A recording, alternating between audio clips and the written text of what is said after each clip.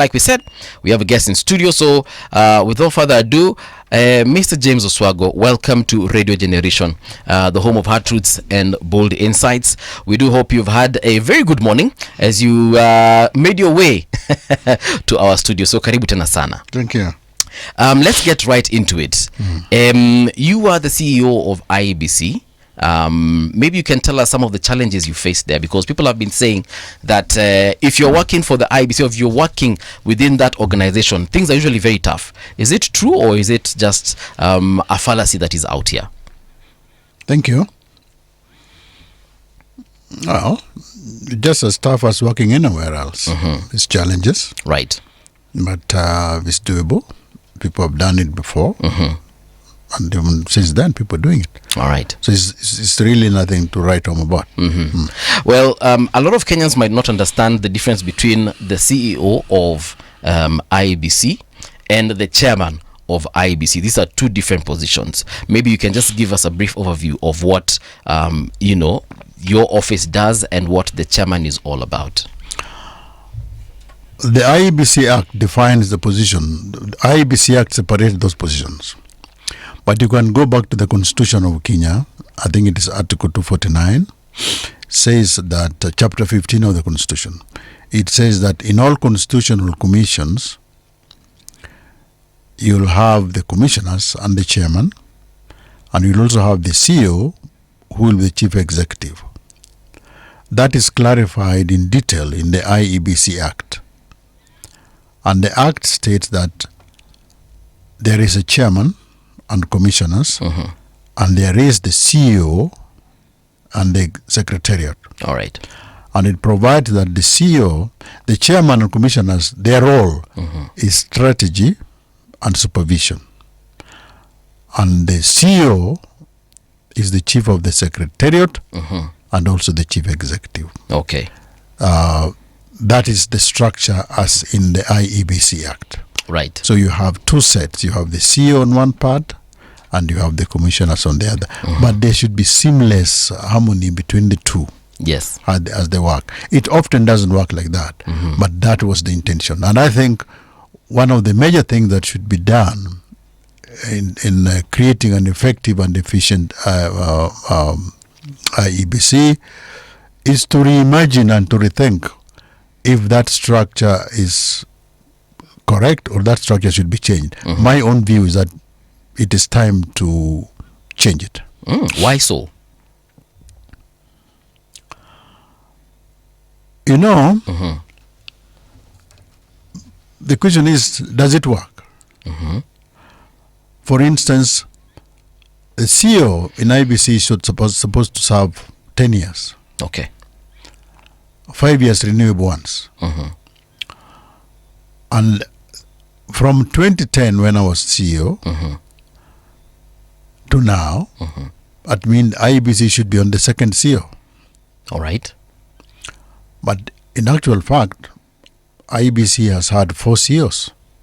Since you exited, or since 2010? Since I came. All right. So I came and left. Somebody succeeded me, left. Somebody succeeded and left. And then they've had somebody else who's the current CEO. Right. Who stayed in that position for 4 years in an acting capacity. That is a very high turnover for CEOs. True. It means there must be something that needs to be corrected. And even this one, who is now the current CEO, like I said, was in an acting position. Who holds somebody in an acting capacity for 4 years? So that means there is something that needs to be done. Yeah. And I have a view on how that should be done. Okay. We'll get to the view and how exactly it will be done.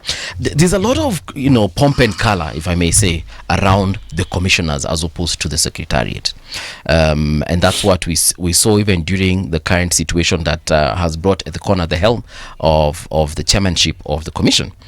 But rarely do we see a lot of, let me call it, drama or pomp and color in regards to the secretariat. Again, for the sake of the listeners, why is that so? Even during your appointments, ni kama hatuonangi. So how do you even get to those particular positions? If you were around when I was CEO, you wouldn't have said that. I was around. Yes, if you're around, then you Yes. knew that at that particular time, they were co-equal. The CEO and the chairman, almost co-equal.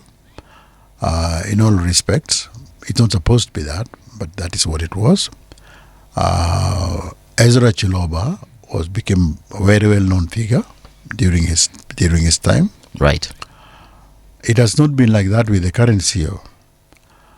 But that is part of the problem, because that exposure brings many other tensions and within the commission. Right. Relating to who should do what. So you find this thing that people saying there are two centers of power. And really there have been, if we are to be honest, there have been a lot of tension between the CEO, myself, and in Chiloba's case also. Right. Where you find this tension between the two, Secretariat on the one hand, the commission on the other hand. It should not be there. But the reality is it has been there. Is it because there are no clear-cut, responsibilities for the commission? Because like you mentioned, and you even spoke about the constitution there earlier on, everyone should understand their role. Just like in a household, the children know their role. The father, the mother, they all know their role. And even the mother and the father have distinct roles when it comes to their position in the home. Is it the same for IEBC? Does the chairman know what the chairman is supposed to do, and therefore cannot at any one point infringe on the responsibilities of the CEO? And does the CEO also know the same thing, such that there is no clashing, and like you put it, no two centers of power? These are two different powers performing very different duties towards the same goal. I think it is the design which in my view is defective. For instance, it says that the commissioner's role will be strategy and supervision. A commissioner comes to work at 8 o'clock and leaves at 5, works from Monday to Friday, all right, has a driver, a bodyguard, and an office and secretary. By definition, his job is strategy and supervision. And the commissioner's term is 6 years. What is this strategy will be doing from sunrise to sunset 5 days in a week? Okay. The way it is designed. That is one question. Second question is, if you understand management, anybody who has been to a management school, anybody with minimal exposure to management knows that when you talk about strategy, right? Before you get there, it is not IEBC alone who has the structure of CEO and commissioners. You have about 11 constitutional commission. All these 11 constitutional commission have the equivalent of a CEO and a commissioner, one name or the other. In Parliament, they have chief clerk or scholar clerk. Yeah, so that's the CEO that's of the CEO Parliament. Of that place. You have the registrar in the judiciary. So different names, but the same functions.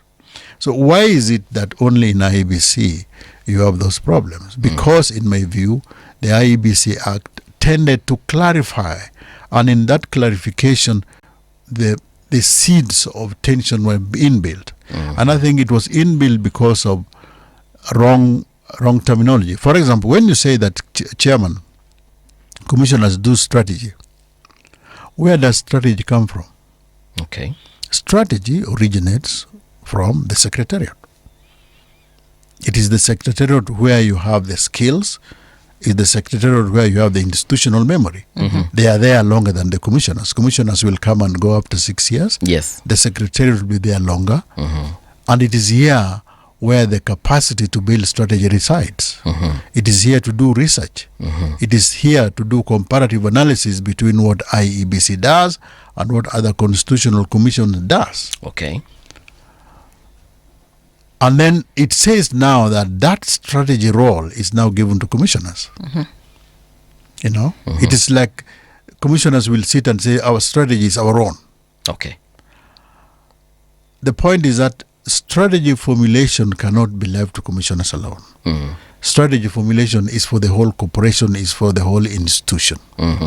Commissioners will own it, they sell the vision of the corporation or the institution. But the Secretariat has a critical role to play in policy formulation, in deciding the content of that strategy. So from what equally with the implementation, when commissioners have made a decision and now the decision is to be implemented, it is not like the commissioners will make the decision and then you implement it without commissioners being interested in what you are doing. You know, commissioners will be interested in what you are doing, how you are implementing it. So you can't just say that your job was strategy, mine is implementation. Now I'm implementing, stay away. Because I feel like from what you're saying is that you come up with, as the Secretariat now, the Secretariat comes up with everything that needs to be done. Then the Commission implements it. Is that in a nutshell what we are saying? You see, the Commission, as per now, they design strategy and supervision. So we are starting from the point of view, what does it mean to formulate strategy? Okay. How do you formulate strategy? Whether you are in BAT or you are in breweries. Yes. Because strategy is strategy. So how do you formulate strategy at breweries? You don't find the board of breweries sitting in the boardroom and themselves in the exclusion saying, now as board we have come with a strategy. Board will have a vision of what they want. But the Secretariat of Breweries, for instance, will make a lot of contribution to the structure, to the content, to the texture of that. Okay. In the process, they are getting involved in strategy formulation. All right. So strategy formulation cannot be left just to commissioners alone. They can't do it. Okay, and now we are talking of a transformation in IEBC, and of course we cannot talk of transformation without looking at those lapses that we are having. So from where you sit, you're saying that there has been that there has been a problem in the structures. So what would be your proposal to have functional IEBC? What would be your proposal? In terms of that alone? Yes, in terms just that specific part, structures. In terms of that alone, I've already told you about the high turnover in CEOs. Right. When I was CEO, after I left, there's a lady called Betty Nyabuto. She came as acting CEO for 15 months or 18 months. Then somebody else came. That person also left. And all these people who come and left live in acrimonious circumstances. Then they settle on the current CEO, who has been in the acting position for 4 years before he was confirmed, just before we went to the last general election. Right. I think when you work in an organization and they keep you in an acting position at the top level for 3 years, there is something wrong either with you as an individual or with the organization. But I think it is more a commentary, it's more a view on the organization itself, because they're the ones who are keeping you in an acting position. So what needs to be done, in my view, is, as far as IEBC is concerned, in my view, and these are the reforms that IEBC needs to go to consider two things. One, either establishing the chairman as an executive chairman, or two, introducing the position of chief electoral officer. Our structure in IEBC cannot be in isolation with the structures of other electoral bodies in the whole world. There are around 170 or so countries in the world, and they are calling themselves democratic. So we must also design our structures in harmony or to reflect those, because we are all in elections. I think if you have a chairman become chief executive chairman, so that the CEO or whoever it is now works below him. So he becomes like that, you see. Oh, okay. But as it is, you want to have a structure that conforms with all the other constitutional commissions. the work of IEBC, in my view, is different from the work of other commissions. Why is it different? You see, in IEBC, there is no university you go to, then you learn elections. You learn election by doing those elections. And the more elections you do, the more proficient you become. So, it is in the interest then of IEBC that you have people with a longer tenure. Because that is how you learn election. You accumulate experience. You accumulate experience by doing more elections, isn't it? So, that is different from, say, the Judicial Service Commission, or say, Parliamentary Service Commission, or say, Teacher Service Commission. In Teacher Service Commission, you can be appointed tomorrow as a commissioner, and from day one, you'll do that work because it's only 6 years. But in IEBC, because it takes longer for you to be proficient, for you to know it, actually, there is a body called International IDEA.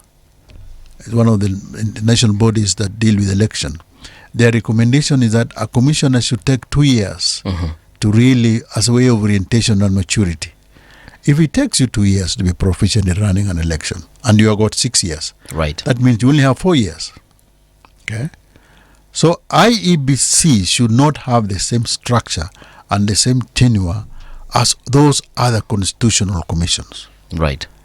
And Kenya should look very carefully into that to find out how you change. Let me give you an example. We have commissioners today. These commissioners will run an election in 2027. They are lucky because immediately they are going to run 20 by-elections. Right. So they run the 20 by-elections, then they run the general election 2027.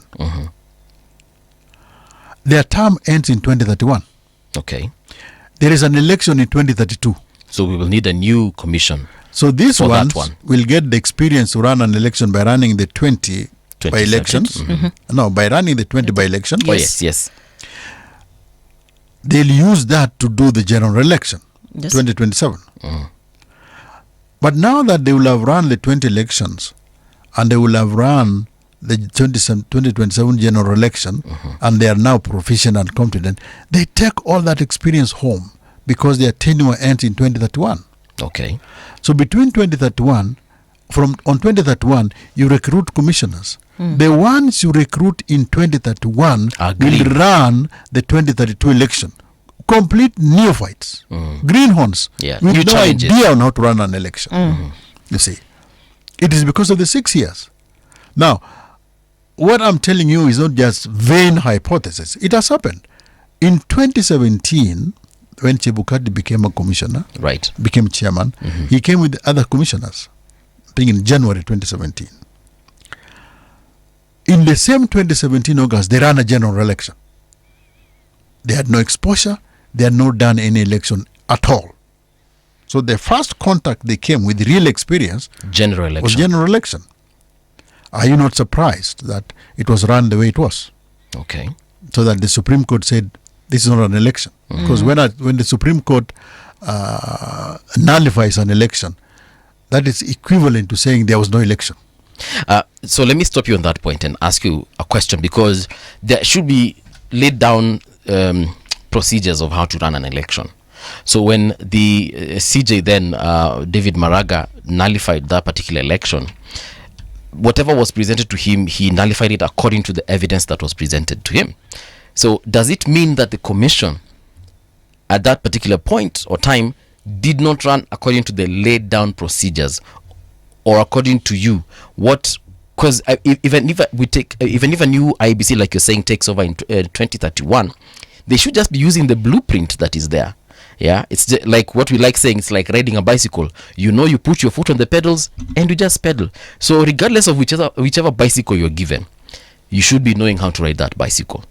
Yeah. So the IEBC, as it is structured, and the laws and regulations that govern how IEBC runs should be the same, even if it's in 2031, 2032, or in 2037.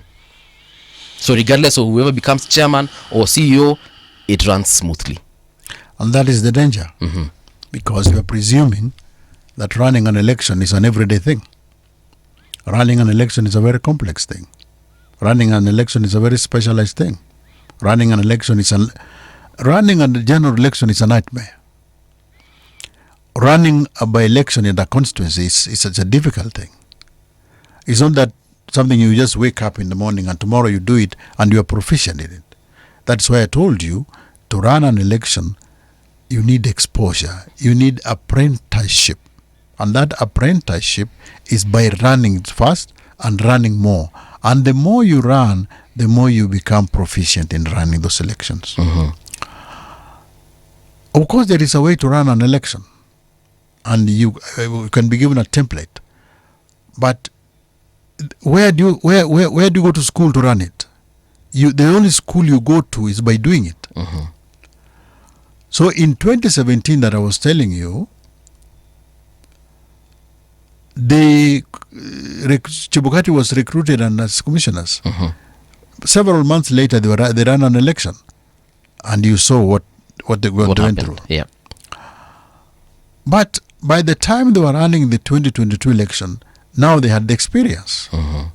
Now the only problem was, it is not the same commissioners who are recruited in 2017 which transited to 2022 because 4 of them had resigned earlier. Yes. And a new crop came in. So my recommendation that the tenure should be longer is to make sure that your people who are there staying there longer. Okay. It is not like they are being recruited to run an election. Today we are recruiting commissioners. The person recruiting them has an interest in the outcome for the next election. And he knows these are the ones who will make that determination. You are incentivizing him to put in place, he's a politician, individuals who will be favorably disposed to his case. Okay. It would happen anywhere in the world. But if the people who run elections have a longer tenure, meaning they can run that election and the next and the next and the next, if you're a politician, you live with it. But as it is today, people who go to the like the ones who are there now, right? They know they'll run the 2027 election. Yes. All right. And the ones who will be formed in 2031, all right, will also run the 2032 election. So the person who is influential politically in formulating or constituting the commission in 2031 has the incentive, being individuals, being persons, to bring fellows who is good to them. Okay. Even if this was a football team and you are the one choosing the referees, you would choose those referees that would be good for you. Okay. I think let's talk about the independence of IEBC. Now, considering the fact that the executive has been involved, especially on the selection of the commissioners and so forth. And for the longest time, I feel that Kenyans, it's like they lack that faith. They do not believe again in the independence of IEBC. What do you have to say about it? Is IEBC really independent? It is not sufficient for Kenyans to say IEBC is not independent. It is constitutional commissions do not defend themselves. It is a responsibility that resides in all of us as citizens to defend institutions. The judiciary cannot defend itself. Teacher Service Commission cannot defend itself. They can explain what they do, but it is up to us as citizens to defend institutions. See? And it is a responsibility that we must take upon ourselves. In fact, the Constitution of the Republic of Kenya says that all of us, it's our responsibility, it's our obligation to defend the Constitution. So, institution like IEBC, it is all of us to defend it. Now, when you defend an institution, you also criticize it. So your question is IEBC independent? In my view, IEBC has not been independent and will never be independent unless certain things are done. Maybe you can define for us a little bit more, get a bit deeper when we say that it is, when you say it is not independent. Where is the, I'd like to use a different word, but it's not, it might not be appropriate, but why is it not independent? When I say it is not independent, I'm being honest. If you go to the commission, they'll tell you they're independent. But the public perception, I should be asking you, the public perception, Kenyan public perception, IEBC, is dismal. IEBC has a very low public perception rating. Why? Why is the rating of IEBC in the minds of Kenyans so low? I think, in my independent view, it would stem from how it is constituted, from the nomination of the individual, actually from the selection interview, of commissioners, the selection panel that actually even selects the nominees, up to the parliamentary process that vets the nominees, and then the appointing authority, which is the president. Excellent. So you are saying, in your own mind, that process of appointing commissioners Is in flawed. your own mind Is flawed. is flawed. Yes. And you are saying that that process can only produce individuals who themselves are bound to be partial one way or the other. True. So the question that you asked me, I've already answered. That in your own view, Yes. given those processes, it cannot claim to be autonomous. Now, it may want to be autonomous because autonomy is something that you will, and the people it's not only that you are autonomous, people must also be seen to be autonomous. If you go to a court of law and people say, you ask a judge, recuse yourself. And judges will recuse themselves. It's not because that judge has done something wrong, but you just you have this perception that this man is going to be biased, or this is not. No, so they leave the offices. So when Kenyans ask, is IEBC autonomous? Is IEBC independent? And some say it's not. It is because of the process that you yourself have said. Okay. Now, if we want IEBC then not only to be independent, but to be seen to be independent, then we must make certain changes. Changes in the manner in which we recruit those commissioners, changes in the length of service that we give these commissioners, and how we relate with them. And if you ask me to tell you, if you ask me, I can give you what in my view should be done. Yes, Please do. In my view, there are a number of changes that should be done in AEC by way of reform. IEBC has done a fantastic job. IEBC has run an election in 2013, and IEBC runs an election unique in Africa and in the world. The election that we do in Kenya are actually 6 elections in a general election. Okay. It's not one election. MCA. There are 6. Right. Everywhere in the world, elections are segregated, apart from South Sudan. And you don't want to go to the direction of South Sudan in terms of your quality for elections. You don't want to go there. You don't want to be in the league of South Sudan as far as the democracy is concerned. Everywhere else in the world, take our neighbors, Tanzania, Uganda, elections are segregated. You have municipal elections, then you have parliamentary elections, and others. But in Kenya, for one reason or the other, it's a long history, we are doing 6 elections contemporaneously in one day. It is not done anywhere else in the world. But IEBC has been able to do a very good job in running those elections. We have problems about Kenyan elections, and when we say that, that conveys the wrong thing. Why? There are 6 elections. Nobody really complains about the 5. The complaint is on the presidential one. True? True. It's only the presidential. But you go to the same polling station, you deliver your ballot, And Article 86 of the Constitution says when you deliver that result cannot be changed. It is the result that you deliver at the polling station that goes to determine who is the MCA, that goes to determine who is MP, that goes to who is governor. Right. And that goes to determine who is president. But there is no complaint at all these 5 levels. There is only complaint at the president level. In 2013, there was a general election. After that, there were people who were dissatisfied and they went to court. The number was very large. In 2017, the number that went to court because they were aggrieved by the results reduced. In 2022, there are about maybe 15 or so. That is very good. It can only show that IEBC has become very competent in the manner in which it runs the elections up to the level, excluding the presidency. Kenyans, we must accept that. So IEBC has the technical capacity to run those elections at that particular level. Something else that Kenyans must know is that it is a very difficult thing to run all these elections, all of them once at a go. All right. So having acknowledged that, it is not perfect. So what are things that must be done?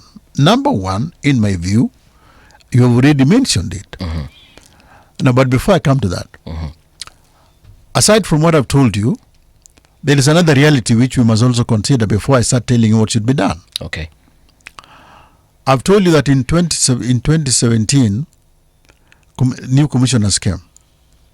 In 2018, 4 of those commissioners resigned. And the position remained vacant until 2021. It means IEBC was run by 2 commissioners and the chairman for almost 4 years. Right. That is not the way it was supposed to be. See? Then in 2022, we had a general election. Then Cherera Folk resigned. Yeah. And we have been 2 years without a commission. That is not supposed to happen. If it is a constitutional commission, that is so important. Yes. And constitutional commissions in law are what are called, in law, they are called 4th branch institutions. You have got the judiciary, the executive, the legislature. Legislature. Then now the independent commission are the 4th branch. They are so important. They are the glue that hold the system work. Okay. And the Constitution gives the 4th institution, the 4th branch institution, certain roles. And their roles is 1 is to preserve the sovereignty of the people, 2, promote constitutionalism, and thirdly, to ensure that the values of democracy and principle of democracy are applied across the board. So you can't have an institution like that being run 4 years or 2 years without full commissioners, or not without 2 years without it. So what should be done? In my view, we come back to the suggestion that I can make. 1, there is need for us to fund a mechanism of ensuring that when a vacancy occurs in IEBC, it is filled promptly in a manner that is not politicized, in a manner that produces commissioners which are seen by the people of Kenya to have been recruited in a non-politicized process. Okay. That means excluding the presidency in the initial stage. That means including parliament. That means excluding politicians. Wait, did you say including parliament? Excluding. Okay. In the initial stage. That means excluding parliament, excluding politicians. And when I say excluding politicians, I mean political parties. And I also mean excluding the presidency in the first instance. Okay. See, in the initial stage. In the initial stage. Okay. So in my view, what should be done? In my view, because that's 1. 2, I've already told you that for years, the IEBC has gone without commissioners. Yes.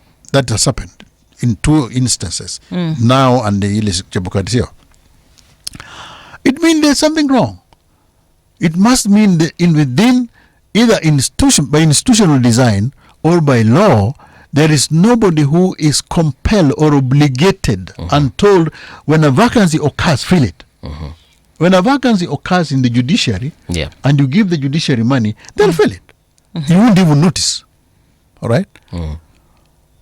But in IEBC, you stay for 4 years without commissioners. Now we have said for 2 years without.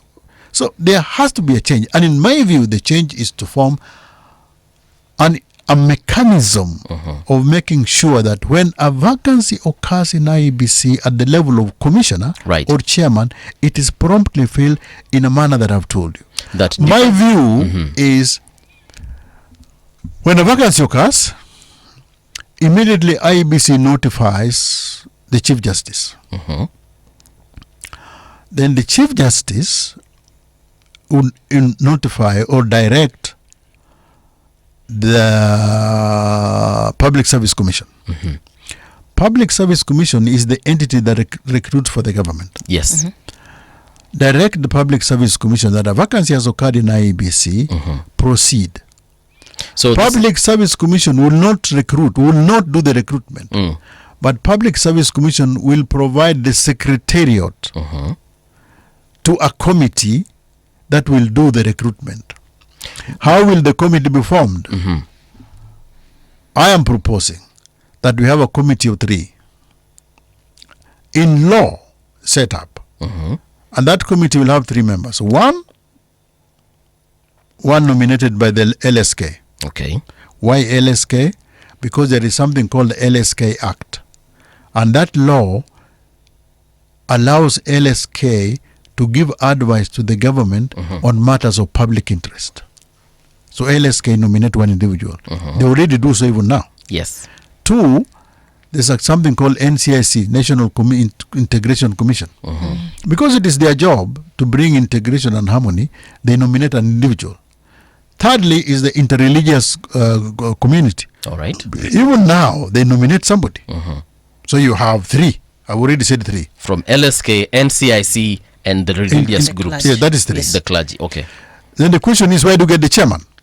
My proposal would be the chairman is nominated by the Chief Justice from a person who has been a judge of the Supreme Court or Court of Appeal and has either resigned or retired or is still serving.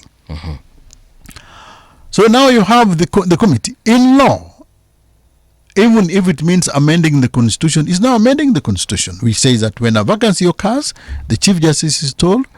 When the Chief Justice is told, he talks to the Public Service Commission.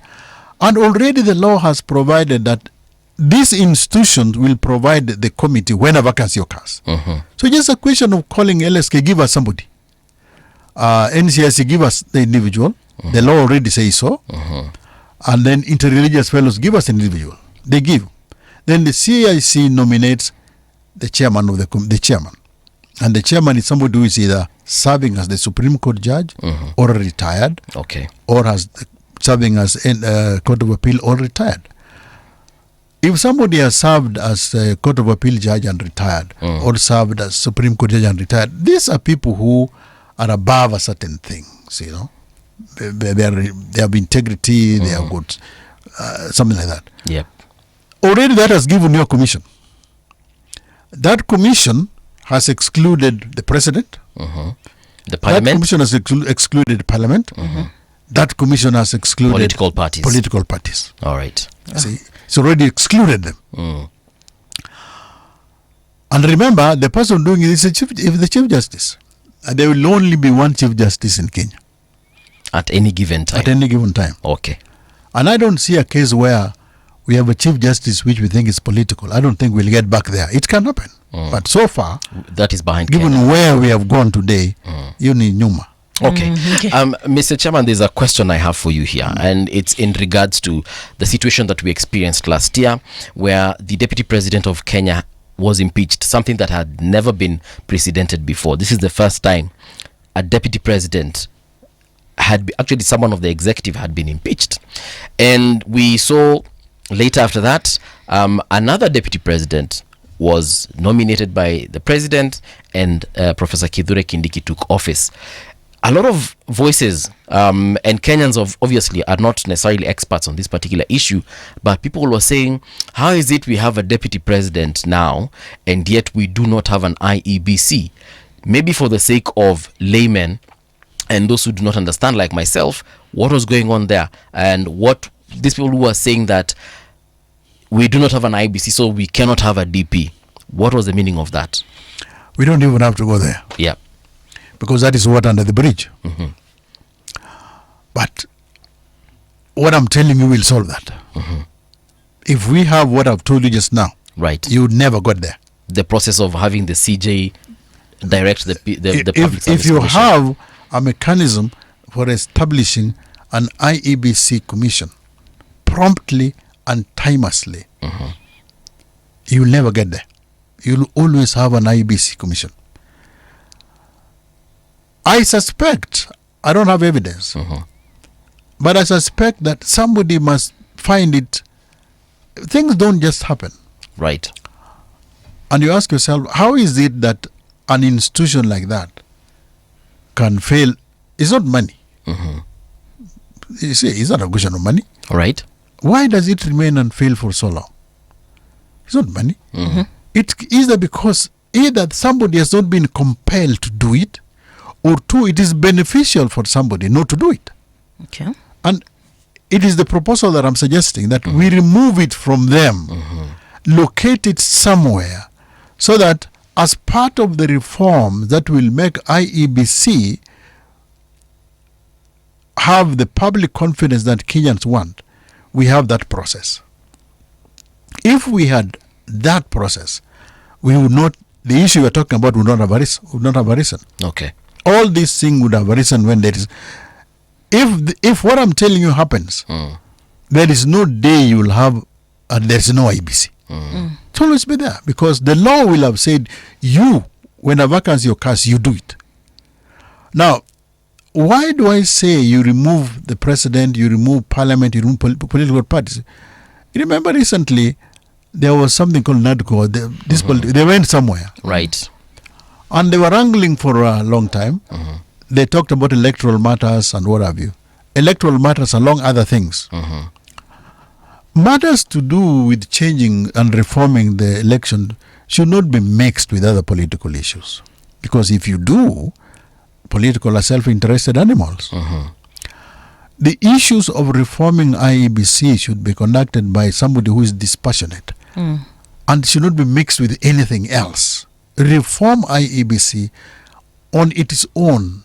If it is a committee or whatever it is, reform IEBC. Because IEBC cannot reform itself. I've already said they've done a good job. But what they have done is not to their full potential. And we are saying, how do we make it reach their potential? All right. You've just given an instance where Kenyans were legitimately asking constitutional questions. How come? But you want to solve a problem, you go to the root cause of it. And the root cause of those is that for long periods, IEBC is unconstituted. And the reason why is IEBC not constituted? IEBC cannot constitute itself. It is up to somebody else to do it. And we need then to create the law, the mechanism to do that. And my view, to do it, you need to exclude those. And I said exclude them in the first instance. I didn't progress properly. Right. When you have formed that committee that I was telling you, and they are given days, do it in 3 months, and they have picked the individual, then that committee will give a name to the president. One name. Not 5. One name. When you are recruiting the Chief Justice, right, and you give the president names, you don't give him 2, you give him 1 name. Okay. So when you want to pick up chairman of IEBC, don't give the president 4 names. Give the president 1 name. 1 name. All right. The president will look at that name. If he doesn't like it, he returns it back. If he likes the name, he takes it to parliament. All right? Parliament will vet the fellow. If they don't like him, they throw him away. Okay. Okay. But somebody has done that work for them. And if that committee constituted the way I've told you, with that chairman, who is a lawyer of that standing, right? I don't think there is something else in a candidate that could not have foreseen. And they will have done the necessary consultation. Okay. So they bring to the president. Okay, Mr. President, we have recommended so and so. That is our recommendation, and they give reasons. All right. So the president is given work which is easier. He doesn't have the discretion to choose between 2 or 3. Yeah. As it is today, do you know yourself how many names were given to the president from which this fellow was picked? No.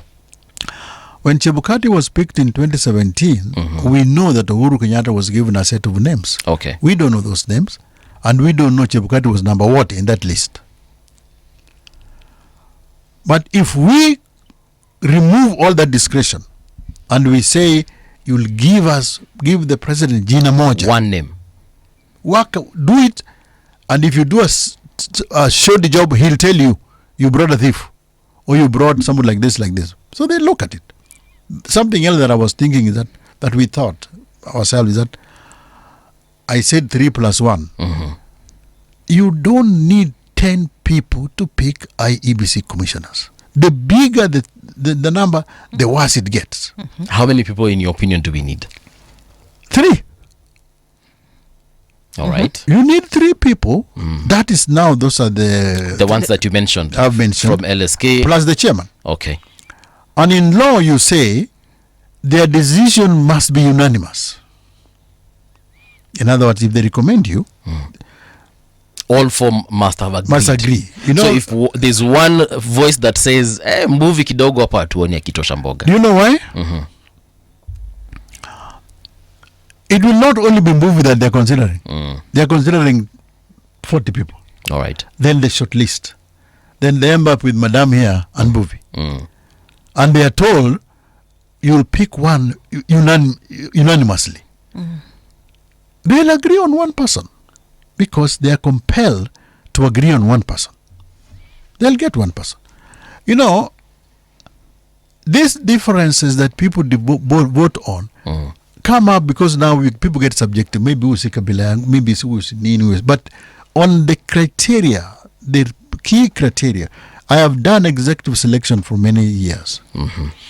And if you're looking for the chief executive of a multinational, whatever, you will end up with 2 or 3 candidates. Okay.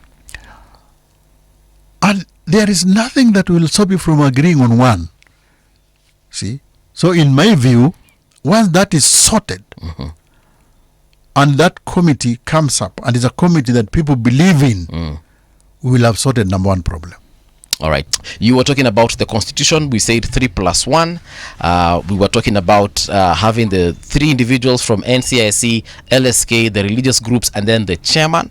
And of course, we talked about they might have biases in terms of who they select, but you said that we need to have a criteria and a structure to ensure that whoever is going to be taking these particular seats as the commissioner, as the chairman, and commissioners will need to be people of integrity. No. Yeah. Yeah. So what I was suggesting is that in order, it is unacceptable that there should be vacancies lasting long periods. That IEBC, instead of having 6 commissioners, has 2 for 4 years. That you can have 2 years without a commission. It is unacceptable. So there's a need to have a permanent structure that makes sure that when a vacancy occurs in IEBC, those vacancies are promptly filled. And the mechanism should be such that it removes those extraneous political factors that I mentioned earlier in the initial stage. Now, once you build that team, it doesn't have to be a team, a working team. The law has just established that when a vacancy occurs, you trigger the mechanism. It is filled, yes. And it works. That is what happens. Okay. No? Even today, LSK will ask LSK, this is what the law they will have known that when a vacancy occurs, we give somebody. They'll do. So we, in my view, that is number one. Okay. A mechanism to make sure that. Two, I told you, part of the reform that needs to be done in IEBC is to increase their length of service. Today it is 6 years. I think I just show you why 6 years is, I don't want to use the word ridiculous, but it's awkward. Okay, it's not sufficient. It's awkward because, and it's counterproductive, if not negative at all. And we went through that. So I said their term should be extended. And I said, in my view, should be between, not 6 years, IEBC commissioner should serve between 12 to 15 years. And there's a reason why. Number one, what do they do in India? India has 900 million voters. Okay. And when India goes to an election, it has 900 million voters, 1 million election workers, 10,000 polling stations. But they have only 3 commissioners. Chief commissioner, deputy, and another commissioner. And the arrangement is that when the commissioner retires, automatically the deputy becomes the commissioner. And when the deputy becomes commissioner, the one who was commissioner becomes deputy commissioner. What it means is that it is structured in such a manner that by the time you become the commissioner or the chief commissioner, you have run 3 or 4 elections. All right? Yeah. Meaning you've been there for 10 years to be at the boss, to be at the top. So my suggestion is that 6 years is wrong. It's inadequate. Okay. We have a question here from Mercy Kerubo on YouTube, where we are live. And Mercy Kerubo is asking, isn't there a way the presidential election can be done on a different day from the other elections, since this is usually where we have the problem? Question mark. This is Francis Andedo using Mercy Kerubo's account. But yes, Francis is asking, can we do elections on different days for the president? That is what I was telling you earlier when we started, that everywhere in the world, elections are staggered. Tanzanians are going to do an election in October. Right. Last year, Tanzania did the municipal elections, and CCM won 99%. Okay. We've already done that. Even if you go to the US, the same. If you go to the UK, there's always local government election. In Kenya, we are doing all of them. And that is what you find in the law, Article 136 of the Constitution and Article 142 of the Constitution. Right. It says that election will be done on, election of the president will be done on the second Tuesday in August, in the every fifth year. And all those elections done at the same time. Okay. In the effort to reform IEBC, we need to look into that also. Okay. Why can't we stagger these elections so that they don't become such a logistical nightmare? You do them differently. We cannot be averse to doing things the way other people do them. You see? The reason why we are lumping all these things to be done together is a uniquely Kenyan thing, responding to unique Kenyan needs. Okay. We need to vacate that position and say, we are now talking about IEBC in the future. You know, the problem we do in Kenya is you want to reform IEBC today with your eye on what they're doing in the next election. But we should be thinking of IEBC the way it will be 10, 15, 20 years from now. Right. All right. So I agree with her that those elections should be done differently. But as we are talking today, they'll all be done in one day. So how can we then now, because the president is supposed to serve for 5 years and then seek re-election or retire. Now, we have President Ruto, who's going to serve until 2027 and seek re-election to 2032.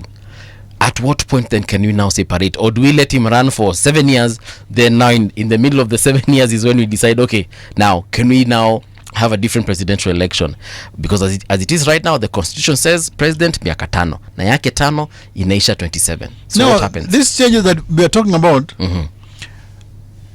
this cannot be changes meant for 2027. Okay. No. This and that is the fault we make in Kenya. That when you are talking about from 2013, there have been numerous changes, numerous attempts to change how elections are run in Kenya, including the one in Narco, the last one.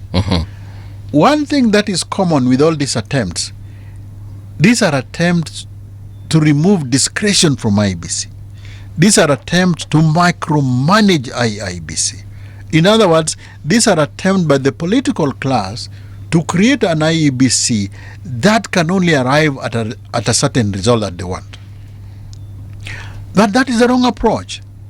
We should not allow reform of IEBC to be led by a person whose eye is on the next presidency. And when those reforms come, they should not affect the next election. Like what I've just told you now, if you form that committee that I'm telling you, that can be done. Okay. But it should be done to affect IBC from 2027. Okay. I was just telling you about the tenure of electoral commissions. It doesn't have to be these commissioners. But it can start from the end of these commissioners, that you have them there for a longer period, longer tenure. And I told you that is what they have in India. Okay. They don't say in India that electoral commissioners will be there for 10 years. But the way they have structured them is such that by the time you become chief commissioner, you will have been there for about 10-13 years. Elsewhere in the world, in Canada, in New Zealand, and everywhere, and these are the leading democracies, liberal democracies, the tenure of people running election is about 15-16 years. But somehow it came up in Africa after 1992 that there's a limited tenure for electoral commission members. I don't know, it'll talk wapi. Okay. So we have it in the constitution, and we are saying it is 6 years. If I may, just another question here from the same individual. First of all, umesalimiwa na Eunice Kioko, listening all the way from Kenya, Israel. Amesema, I'm here for the interview of the day. Haven't seen Oswago in ages, so clearly people have missed you. And then we also have Francis Adedo asking, ask him if it's practical to have the voters use just the national ID or passport without necessarily using the elector's card or the register, like actually ODM leader Raila Odinga had said a couple of days ago, that voters should just be allowed to show up with their voter's card and vote. Hii mambo ya register tusahau. I don't know, what are your thoughts on that? I'm not qualified to respond to what Raila said, but I will talk to you about a voter register. I didn't even hear what Raila said. But this is what a voter register is. The most critical assets to an election management body like IEBC is the voter register. The most critical asset. Forget about these gadgets. The one you cannot do without is the voter register. What you want in a voter register is a register where your name is only one in that voter register. So you don't have your name listed twice. And Kriegler Commission spent time talking about this. So the voter register must have highest level of integrity. To have the highest level of integrity, it means there must be a process where technology ensures that if Oswago is registered as a voter in Kenya, it is only that name Oswago alone. See? You can only do that if you have a register. If you have a voter's register. Okay. Number one. And you can only do that if your name is registered there. Now, when you start talking about these things of using ID cards,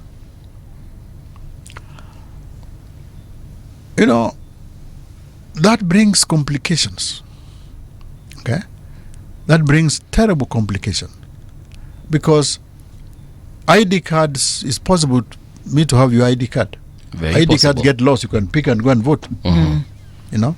You, somebody is sick at home, you can pick the ID card and say, I'm voting. But if you have a voter's card, the beauty of a voter's card is you have a voter's card. You walk into a polling station. The first question is, are you registered to vote in that particular polling station? You have a voting card yourself. I do. Okay? You want to go and vote in Kibera. Now, you can only vote in Kibera. You cannot vote in Kibera then go and vote in Runda. No.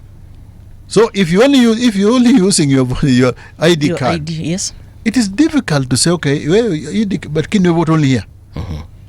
But a voting card restricts you that you will only vote in a specific place. Number one. Why is that in a specific place? Because by the time you go to vote, you will find your name already in that polling station. The name that you find in that polling station is extracted from the National Voter Register. Okay. It is not just written in the morning. It is extracted from the National Voter Register. And that voter register is inspected. When it is complete and everybody has registered, you are given time to go and inspect the voter register.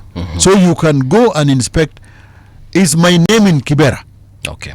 I actually recently confirmed mine. It is at my Good. polling station. So you go and confirm, is it in Kibera? All right? Because it is registered there. Yes. So when you go and vote, you find you are registered in Kibera. But how did you get that voter register? One, you are a citizen. Two, you have made certain qualification, because the law provides, if you are mad, for instance, clinical mad, you will not vote. Okay. Two, the law provides, yeah. All right. Not everybody who has a voter's card can vote. Okay. So the law provides for you to have a voter's card, you must meet certain criteria. So you made those criteria, therefore you can vote. Two, periodical renewal is happened, because every day they're renewing. When you die, you are supposed to be struck off from the voters register. Yeah. Two, non-citizens should not vote. Meaning, if you came and acquired a citizenship somewhere in Kenya irregularly, and you say, I want to vote in Runda, for instance, you must live in Runda, because they'll say, you must go and register there. Okay. Yeah. So it is critical that the people who vote use the voters register, because the voter register is the property, is the biggest, is the most valuable asset that an electoral commission has. If you have a voter register which is not purged of foreigners, which is not purged of people who are unqualified, where there is no double registration, you don't have a voters register. Okay, how is the update? I mean, after how long is the update done? Of this register. Yes, because of course in Kenya we have seen so many issues, especially issues to do with corruption, whereby you realize that somebody died like 5 years ago. Actually, their names still exist. My uncle died a couple of years ago, Yes. and every election I have gone to vote, I find his name. Their name there, yes. That should not happen, because well, I understand the reason why that happens. You don't blame IEBC for that. When you die, you notify the registrar of births and deaths. The registrar of births and death is supposed to notify the National Registration Bureau or something. And at that place they're supposed to cancel. Okay. When they cancel that you're dead, that should also affect the voters register. Yes. Okay. But the voter register is renewed from time to time. It's continually being renewed and being cleaned.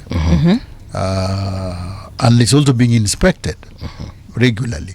So the voters register think that it is up to you as a voter to go and inspect your to make sure your name is there and in what station, and you can even change stations. Okay. Yeah, so but my concern was the issue, like what he has pointed out, the issue of having a relative who died long time ago, but they are still in the register of voters every now and then. So, as a family, we should report it? That should not happen. First of all, the family should report. Okay. And two,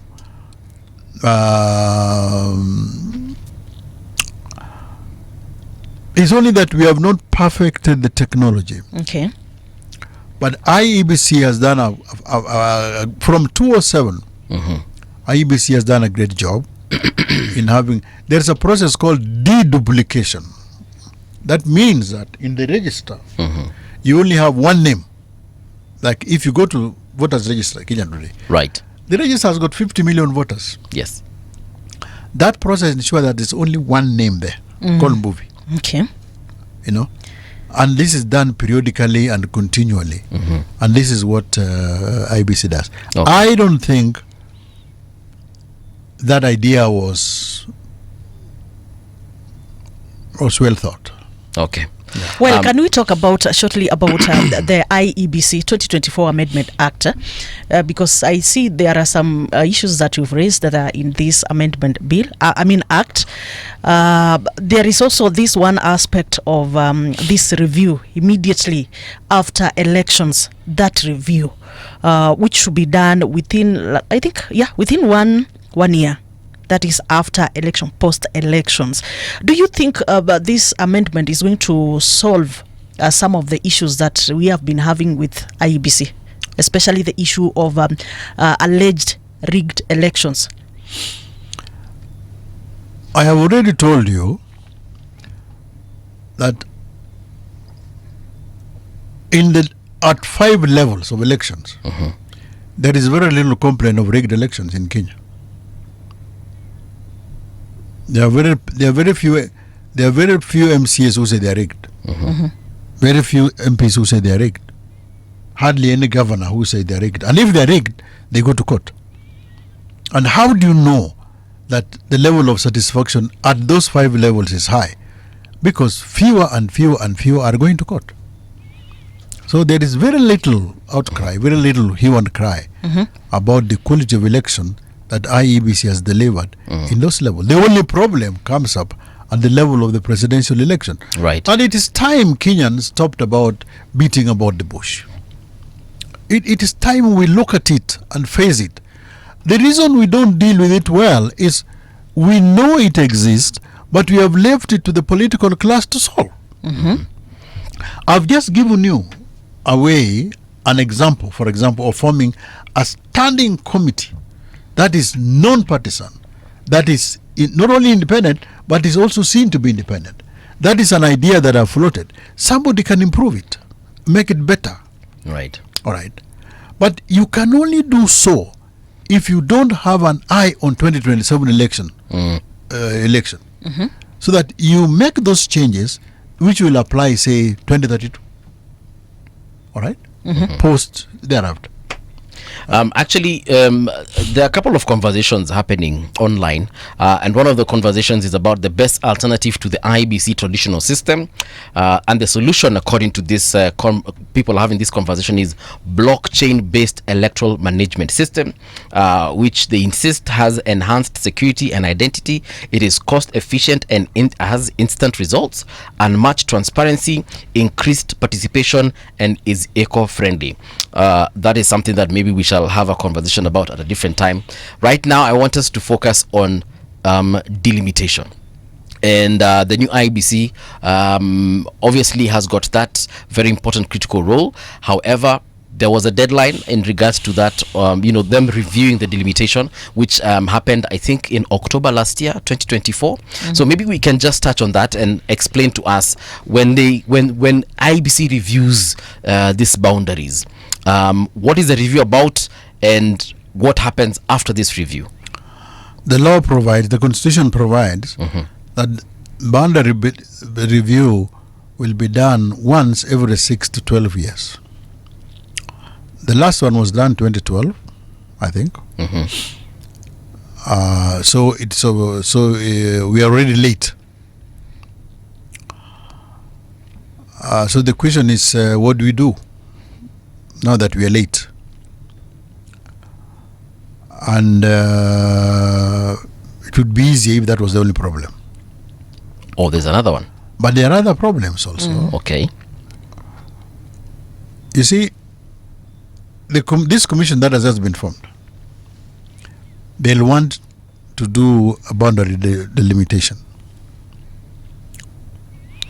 The law is very strict on what constitutes boundary delimitation, apart from the time plan that has been given. You can have as many constituencies as you want, and that requires a simple amendment. But there was a ruling called the BBI ruling, or the David Ndii ruling, and it said that you can increase as many constituencies as you want any time. Okay. But the Constitution says boundary delimitation, you must follow certain steps, Okay. certain factors. And it says you must look at all those factors. If you want to exclude one of them, then you go to a referendum. Mm-hmm. It means, therefore, that in these people doing that boundary review, you don't just sit in a room like this one with a ruler and a map. And start drawing lines. No. It is an intensive process. It involves detailed interface with stakeholders. You can't rush it. And once you've done, those stakeholders are allowed by law to go to court. 2, the law says that when the boundary delimitation is finished, you need 1 year between the time you have concluded it and the time there's another general election. If the next general election is 2027, we're in August now, it means then they have until August next year. We're actually in July. We're in July. Right. They have maybe July next year to do it. Okay. That is 1 year. I don't think you'll be able to do it within that period of time. Because I've told you, the Constitution, Article 89, provides 5 different things, 5 different areas that you must do. Okay. One of those is called population quota. Population quota, the purpose of the population quota is that there is a principle called equality of the vote. You also find that in the Constitution. And it means that as far as is possible, electoral units like constituencies should have as near as possible to one number. Before this Constitution came into being, you had huge variations in the number of sizes of constituencies. Kiambu at one time had about 300,000 voters and producing 1 MP. There was one called Fafi, which had about maybe 20,000 voters. Producing the same 1 MP. Yes. So you have one constituency, 300,000, 1 vote, another one, 20,000, 1 vote. And these votes are equal when you go to parliament. Yeah. It means the people of Kiambu are underrepresented. So the Constitution said, no, let's do equality of the vote. So it says population quota to make sure that the number of voters in every constituency is as close as possible to one number. And it's about 100 and something that is supposed to be. How do you arrive at that? You take the number of constituencies, you divide by the people of Kenya in a census. Then you seek to find out if you can have. Now, you can't have that number. The law provides variations. For example, urban areas and rural areas will be different. The law also provides certain factors that you must look at. Historical factors, cultural factors, geographic factors, and economic factors. means of communication, community of interest. All those things are things that are considered in boundary delimitation. Those things you must look at. So it is not an easy matter. And I don't think they can be able to do it by that time. The question is, now what do they do, because the timeline has already that is the surpassed. question. Yeah. When they were doing the election in 2022, the time had already elapsed. But you did the election in 2022 all the same. You are going to 2027. Can you use the excuse you had to do the 2022 election? Yes. Can that be extended to 2027?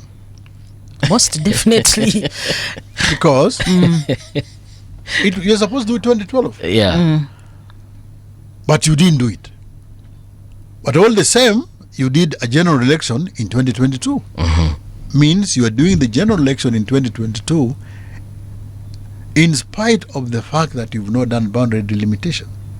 But now that you've not done it again, can you use the same excuse? Now, normally IEBC would write to the Attorney General or go to the Supreme Court Yes. and seek what is called an advisory opinion. And the Supreme Court will advise that very well, endelea. Or the Supreme Court can say, no, you must do it. But I don't think the Supreme Court can aim in Kibera. Okay. I actually recently confirmed mine. It is at my Good. polling station. So you go and confirm, is it in Kibera? All right? Because it is registered there. Yes. So when you go and vote, you find you are registered in Kibera. But how did you get that voter register? One, you are a citizen. Two, you have made certain qualification, because the law provides, if you are mad, for instance, clinical mad, you will not vote. Okay. Two, the law provides, All right. Not everybody who has a voter's card can vote. Okay. So the law provides for you to have a voter's card, you must meet certain criteria. So you made those criteria, therefore you can vote. Two, periodical renewal is happening, because every day they're renewing. When you die, you are supposed to be struck off from the voters register. Yeah. Two, non-citizens should not vote. Meaning, if you came and acquired a citizenship somewhere in Kenya irregularly, and you say, I want to vote in Runda, for instance, you must live in Runda, because they'll say, you must go and register there. Okay. Yeah. So it is critical that the people who vote use the voters register, because the voter register is the property, is the biggest, is the most valuable asset that an electoral commission has. If you have a voter register which is not purged of foreigners, which is not purged of people who are unqualified, where there is no double registration, you don't have a voters register. Okay, how is the update? I mean, after how long is the update done? Of this register. Yes, because of course in Kenya we have seen so many issues, especially issues to do with corruption, whereby you realize that somebody died like 5 years ago. Actually, their names still exist. My uncle died a couple of years ago, Yes. and every election I have gone to vote, I find his name. Their name there, yes. That should not happen, because well, I understand the reason why that happens. You don't blame IEBC for that. When you die, you notify the registrar of births and deaths. The registrar of births and death is supposed to notify the National Registration Bureau or something. And at that place they're supposed to cancel. Okay. When they cancel that you're dead, that should also affect the voters register. Yes. Okay. But the voter register is renewed from time to time. It's continually being renewed and being cleaned. And it's also being inspected regularly. So the voters register think that it is up to you as a voter to go and inspect your to make sure your name is there and in what station, and you can even change stations. Okay.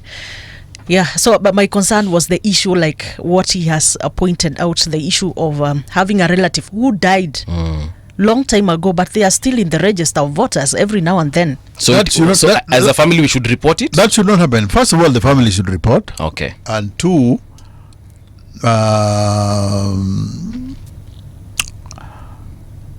it's only that we have not perfected the technology. Okay.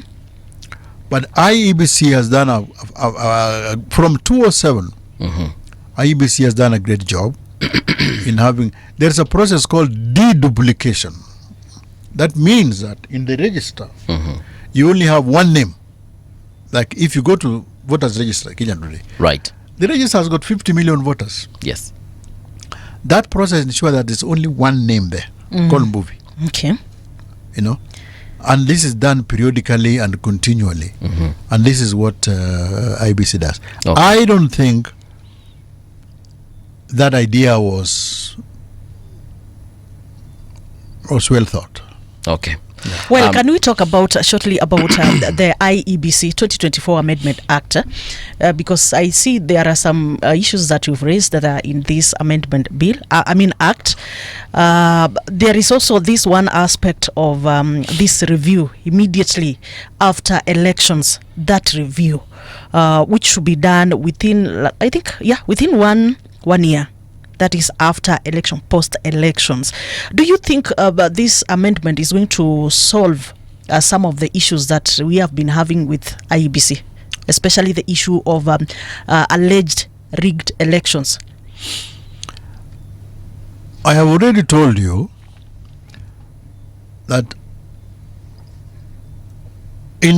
at 5 levels of elections, there is very little complaint of rigged elections in Kenya. There are very few MCAs who say they are rigged. Very few MPs who say they are rigged. Hardly any governor who say they are rigged. And if they are rigged, they go to court. And how do you know that the level of satisfaction at those 5 levels is high? Because fewer and fewer and fewer are going to court. So there is very little outcry, very little hue and cry about the quality of election that IEBC has delivered in those levels. The only problem comes up at the level of the presidential election. Right. And it is time Kenyans stopped about beating about the bush. It is time we look at it and face it. The reason we don't deal with it well is we know it exists, but we have left it to the political class to solve. I've just given you an example, for example, of forming a standing committee that is non-partisan, that is not only independent, but is also seen to be independent. That is an idea that I've floated. Somebody can improve it, make it better. Right. All right. But you can only do so if you don't have an eye on 2027 election, so that you make those changes which will apply, say, 2032. All right? Post thereafter. Actually, there are a couple of conversations happening online, and one of the conversations is about the best alternative to the IEBC traditional system, and the solution, according to this people having this conversation, is blockchain-based electoral management system, which they insist has enhanced security and identity. It is cost-efficient and has instant results, unmatched transparency, increased participation, and is eco-friendly. That is something that maybe we shall have a conversation about at a different time. Right now, I want us to focus on delimitation. And the new IEBC obviously has got that very important critical role. However, there was a deadline in regards to that, them reviewing the delimitation, which happened, I think, in October last year, 2024.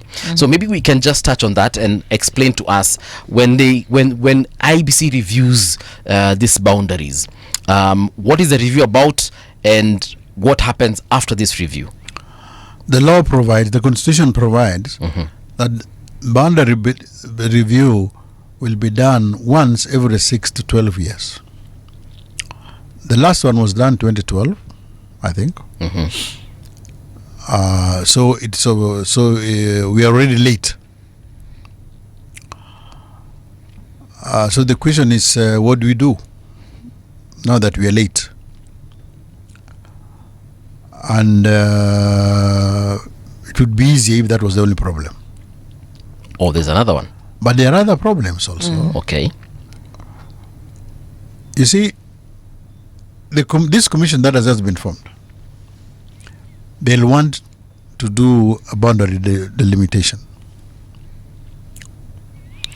The law is very strict on what constitutes boundary delimitation, apart from the time plan that has been given. You can have as many constituencies as you want, and that requires a simple amendment. But there was a ruling called the BBI ruling, or the David Ndii ruling, and it said that you can increase as many constituencies as you want any time. Okay. But the Constitution says boundary delimitation, you must follow certain steps, Okay. certain factors. And it says you must look at all those factors. If you want to exclude one of them, then you go to a referendum. It means, therefore, that in these people doing that boundary review, you don't just sit in a room like this one with a ruler and a map And start drawing lines. No. It is an intensive process. It involves detailed interface with stakeholders. You can't rush it. And once you've done, those stakeholders are allowed by law to go to court. 2, the law says that when the boundary delimitation is finished, you need 1 year between the time you have concluded it and the time there's another general election. If the next general election is 2027, we're in August now, it means then they have until August next year. We're actually in July. We're in July. Right. They have maybe July next year to do it. Okay. That is 1 year. I don't think you'll be able to do it within that period of time. Because I've told you, the Constitution, Article 29, provides 5 different things, 5 different areas that you must do. Okay. One of those is called population quota. Population quota, the purpose of the population quota is that there is a principle called equality of the vote. You also find that in the Constitution. And it means that as far as is possible, electoral units like constituencies should have as near as possible to one number. Before this Constitution came into being, you had huge variations in the number of sizes of constituencies. Kiambu at one time had about 300,000 voters and producing 1 MP. There was one called Fafi, which had about maybe 20,000 voters. Producing the same 1 MP. Yes. So you have one constituency, 300,000, 1 vote, another one, 20,000, 1 vote. And these votes are equal when you go to parliament. Yeah. It means the people of Kiambu are underrepresented. So the Constitution said, no, let's do equality of the vote. So it says population quota to make sure that the number of voters in every constituency is as close as possible to one number. And it's about 100 and something that is supposed to be. How do you arrive at that? You take the number of constituencies, you divide by the people of Kenya in a census. Then you seek to find out if you can have. Now, you can't have that number. The law provides variations. For example, urban areas and rural areas will be different. The law also provides certain factors that you must look at. Historical factors, cultural factors, geographic factors, and economic factors, means of communication, community of interests.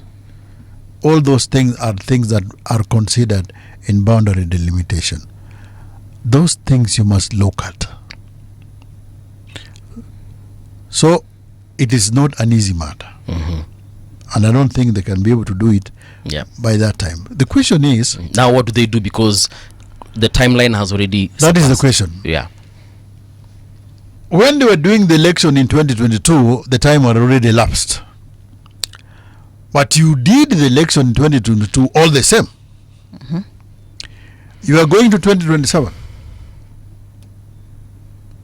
Can you use the excuse you had to do the 2022 election? Can that be extended to 2027? Most definitely. Because you're supposed to do it 2012. Yeah. But you didn't do it. But all the same, you did a general election in 2022. Means you are doing the general election in 2022 in spite of the fact that you've not done boundary delimitation. But now that you've not done it again, can you use the same excuse? Now, normally IEBC would write to the Attorney General or go to the Supreme Court Yes. and seek what is called an advisory opinion. And the Supreme Court will advise that very well, endelea. Or the Supreme Court can say, no, you must do it. But I don't think the Supreme Court can compel IEBC to do boundary delimitation if IEBC does not have the capacity to do it. All right. But why are we where we are? You see, earlier on I told you, we have problems and we must look at them in the face and deal with them. Why do you think we are here where we are? I will tell you. You go to Kriegler Commission report. The Kriegler Commission report said the role of boundary delimitation and the one of elections must not be done by one body. Come again. The Kriegler Commission report. And remember, after 2007, we had the Kriegler Commission report. Yes. And it was called the Independent IREC report. And it looked at our electoral things. And it came up with a huge recommendation. One of the things that it recommended was to say boundary delimitation and elections cannot be done by one body. That is the reason why in 2009 we had Kenya formed two bodies. You have Interim Independent Election Commission IEBC and Interim Independent Boundaries Commission. They were two. So Kriegler Commission say at all times you have two bodies. But when we were writing the 2010 Constitution, we put all those in one body. In other words, we ignored what Kriegler recommendation of Kriegler Commission. And now we are paying for it. See? Yep. Now, if you go to IEBC today, they have about 8 or 9 directorates. There is no directorate there called boundaries. The name of the commission is Election Boundaries Commission, which means the two are co-equal. Yep. If you go to IEBC today, you will find 8 directorates. There is none called boundaries. Boundaries is a department within, I think it's research or something. One of those directorates. It's a department within a directorate. You don't blame IEBC for that. See, remember earlier I said institutions cannot defend themselves. It is us to defend them. By us, you mean Kenyans? Yes. It is Kenyans to say this is what Kriegler Commission said, but this is where we have landed. How do you solve it? There are things you can do band-aid. There are things you must really sit down and say, imukono ikatwe. But Bona CEO then, if we say that we want to, Kenyans should be involved Kenyans have tried being involved in the politics of this country and in the governance, not just politics, but in the governance of this country. And we have seen how things end. They don't always end well. If we talk about Sabasaba, and not just Sabasaba of 2024, we're going all the way to Sabasaba of 1990. Things don't always end well for the Kenyans who are trying to involve themselves directly in governance. So how would Kenyans, or how can Kenyans come and say, this is what we think should happen and this is what we expect to happen, as far as the IEBC and some of those issues you've mentioned are concerned? You see, you are radio generation. Yes. What stops you yourselves from saying we want to dedicate ourselves to reform of IEBC? We'll be calling experts. Okay. Every Such as now and yourself? again. Yes. And these experts should be geared towards this. Okay. So it becomes known that radio generation is promoting the purity, the sanctity, the integrity of electoral process in Kenya. That is different from saying you want so and so to win, so and so to win. Those are retail politics. If you get involved in retail politics, you'll be distracted. If you get involved in retail politics, you're gonna shida. Okay. But you are talking of something that is beyond, is something that is larger. That will be your contribution. All right. The rest of the Kenyans who do not work for Radio Generation or any other media house. Those fellows Kenyans also get involved. You know, we don't just sit and wait. Oh, there's a general election coming. Right. Then we say, like what I'm hearing now, people are saying, about politicians say, whether it is you who is the chairman, we will still beat you. Whether it is you, now, that is good for a political rally in Mathare or in Kibera. That's okay. Taking you back to the issue of servers, for the longest we've been relying on foreign technology and servers for the elections, and there has been issues, and especially look at the 2022 elections whereby there was the issue of opening the server, and apparently we could not be able to do because it is a foreign technology. So what happens what happens in the way of reforming IEBC? What suggestions do you have? And the issue of procurement of the kits. Now you see, tech servers, for example.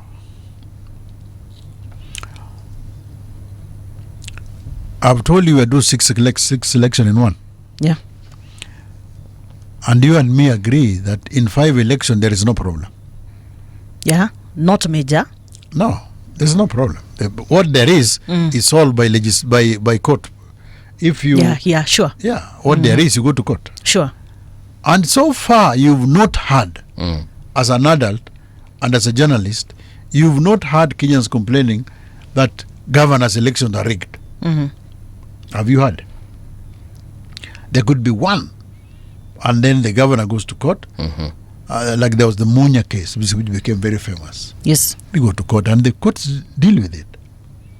So by and large, in the level of governor, senator, we don't have a problem. Okay. And if those problems arises, they are taken to court, and there is adjudication. See that is at the presidential level. You have not heard of servers at the governor level. So the problem that we ask ourselves is, how do we solve that problem? Part of the solution to that is what we started with, the autonomy of IEBC. You want an IEBC that is sincerely autonomous. And remember when we started about how to recruit them? You remember I told you about the tenure, which I told you must be 15 years, 12 to 15. 15 years. Yes. I didn't say it. Their finance, IEBC should have, their finance should be secured, particularly for the general election. Right. So that when there's a general election, they don't go begging for money. It should be, they have a budget for general election, they draw it from the consolidated fund. All right. So there are many things that you need to do to make sure IEBC is independent. When you do those things, that makes IEBC independent, genuinely independent, you might find that those problems of servers will disappear. Okay? Because IEBC now will be able to resist. You know, you are the chairman. You've been appointed chairman of IEBC. Yes. And you know you'll be there for 10, 12 years. Okay, I've been appointed chairman. You are the president 2027. Right. And I know I will run the election 2027, I'll run the one 2032, I'll run the one 2037. Right. I know that. Just like a judge. You will hardly browbeat me, you will hardly intimidate me. You know, and my terms are secure and everything else. And commissioners also know we'll be here. You know.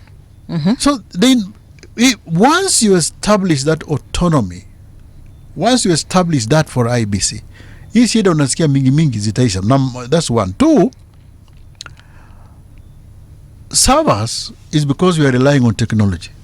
Sure. Technology is not bad. It's very good. We were talking about the register. Yes.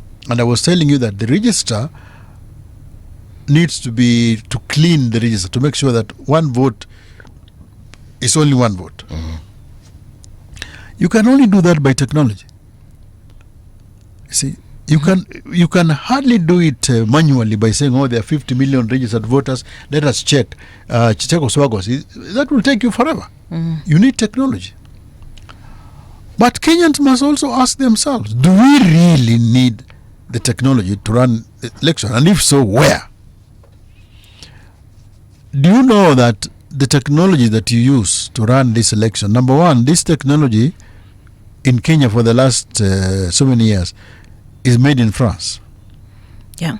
They don't use it in France. They use it here. They don't use it huko kwao. Number two, the shelf life of this technology is 4 years, 5 years. It costs 3 billion shillings. And it will not be used in the next election. You can't use it in the next election. Something else. Not only can't you use it in the next election, it is not dual use. Meaning, if you don't use it for election, you can't use it elsewhere. Okay. IEBC tried in 2013 to procure computers to do voter identification at the polling station. And those computers, I know, were later, the Kenya government donated some to Burundi and others were given to other ministries. But thereafter that was abandoned. Because we want to go with the latest flow in technology. So we are buying gadgets to do elections, things which will, and they're expensive, then after 4 years you discard them. Okay? So the question we must ask ourselves, do we really need them? Now you will need servers, of course. Yes. But what does the server do in elections? Do you know what the server does? You go to a polling station, all right? Let's say there's a polling. What is this building? George Padmore. George Padmore building. There's a polling station. So you vote here, and you vote for candidate A. You vote for candidate B. When the polling station George Padmore closes, it is said that you voted for MCA Fulani, and you also voted for the president. All right. The same votes that you've done here, it goes to the constituency level. At the constituency level, the same vote that you did says so many people have voted for the MCA, so the MCA is elected. Okay. So many have voted for MP, so the MP is elected. The same vote goes to determine who becomes the governor and who becomes the senator and who becomes all the others. The same vote that we voted in George Padmore polling station. But when that same vote reaches the National Tallying Center, there are problems. So we talk about servers.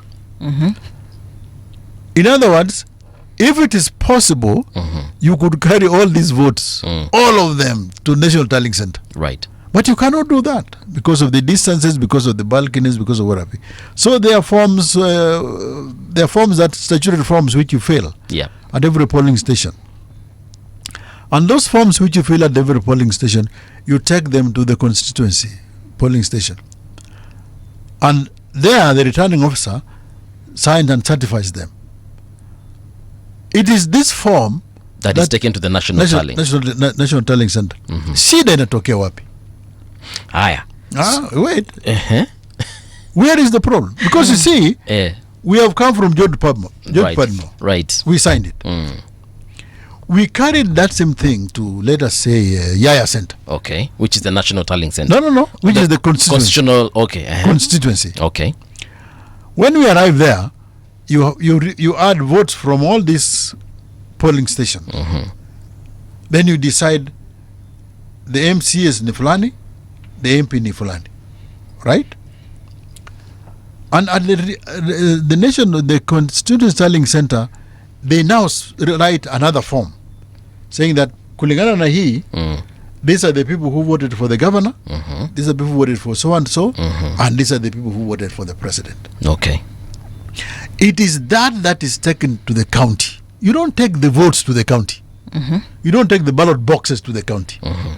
It is that form that goes to the county. So they are all added up.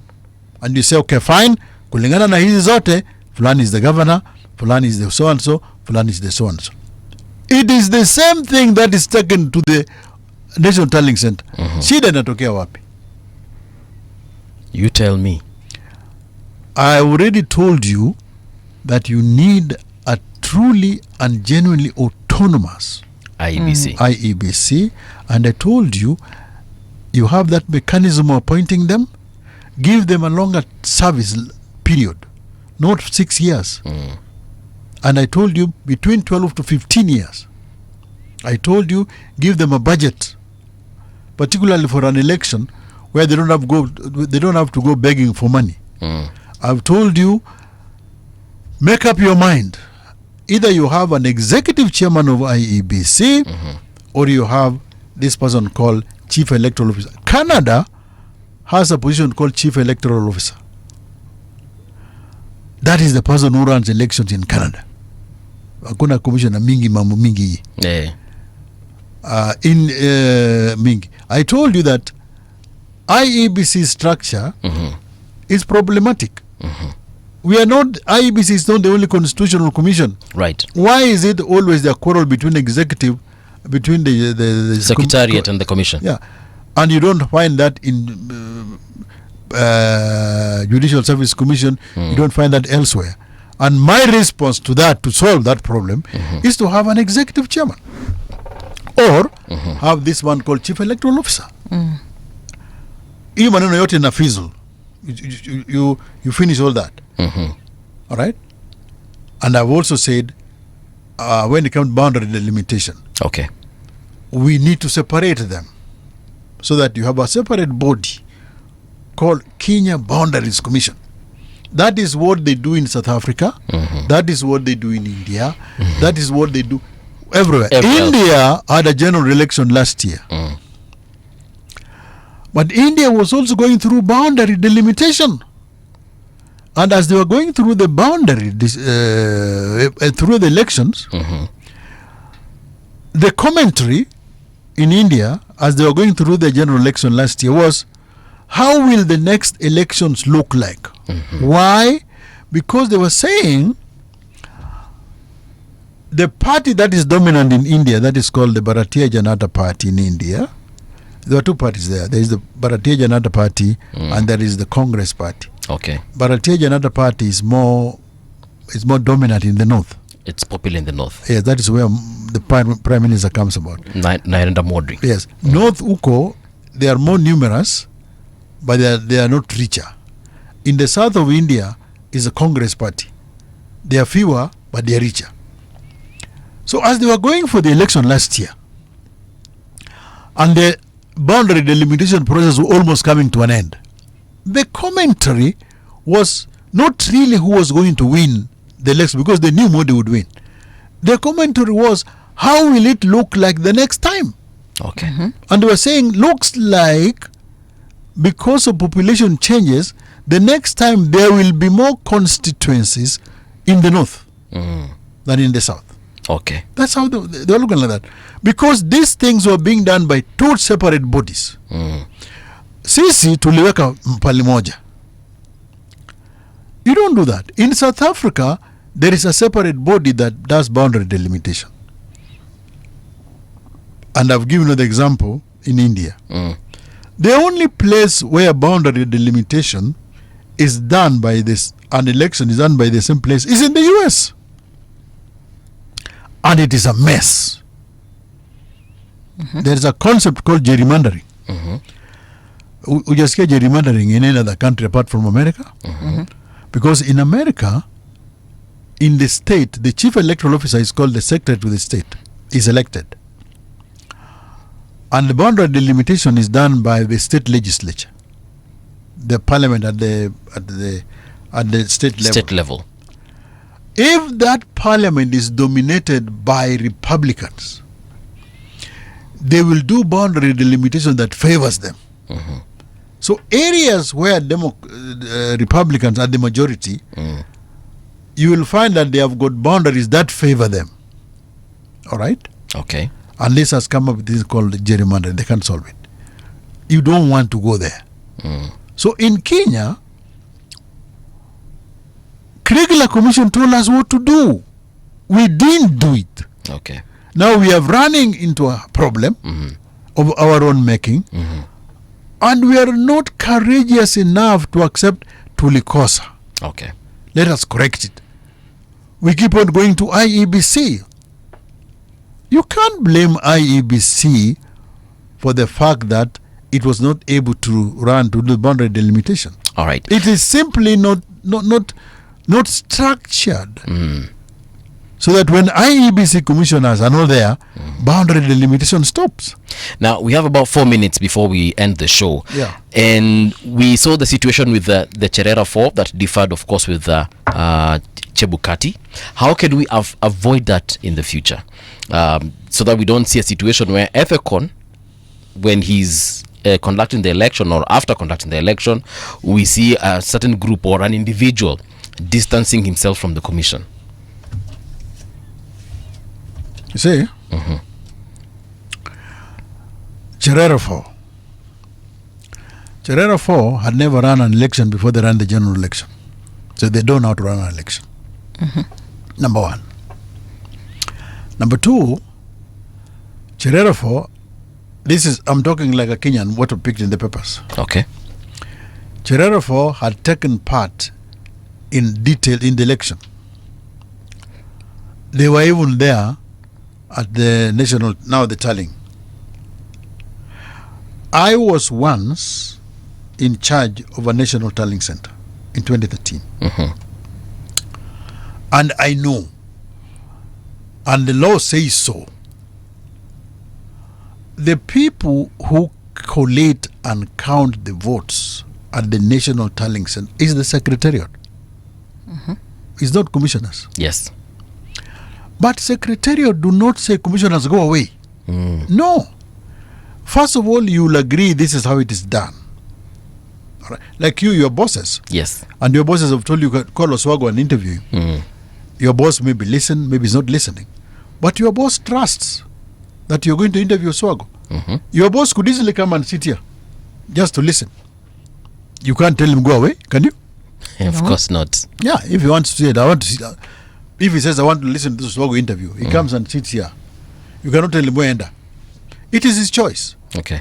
So equally, those things are done by the secretariat. A commissioner does not have to be there himself to do it. Okay.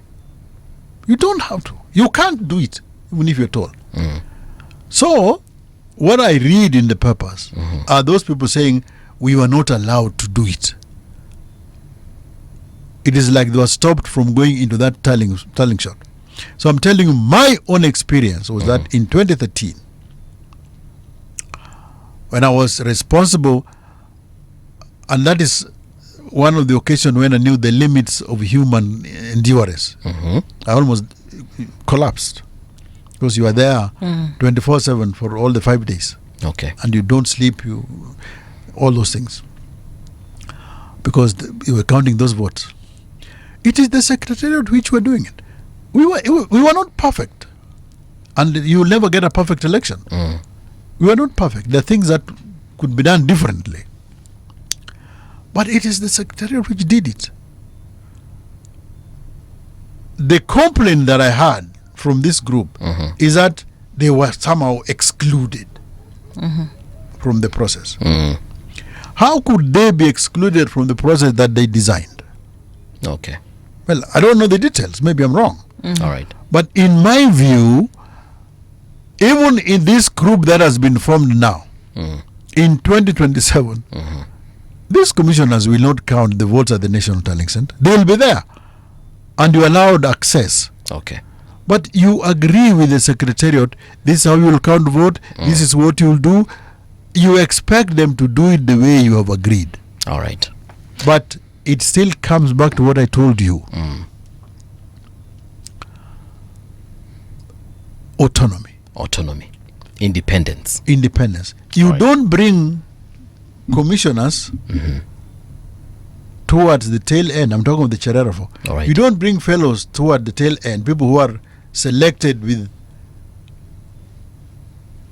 in a non-transparent process. All right? Who are maybe there with a mission. Okay. It is still the autonomy of IEBC. 1, 2, autonomy of the process of picking them. Okay. So that not only are they autonomous, but Kenyans also see the process to be autonomous. Thank you Those so things much. will go away. Thank you so much, James Oswago. That is the former CEO of IEBC, a conversation that was worth having. And definitely, sir, we shall invite you back again. Tukikuita ukuje, so that we can continue having these conversations. So long as there is tea. Tea, I'll give you even this more once you leave the studio. Thank you very much. All right.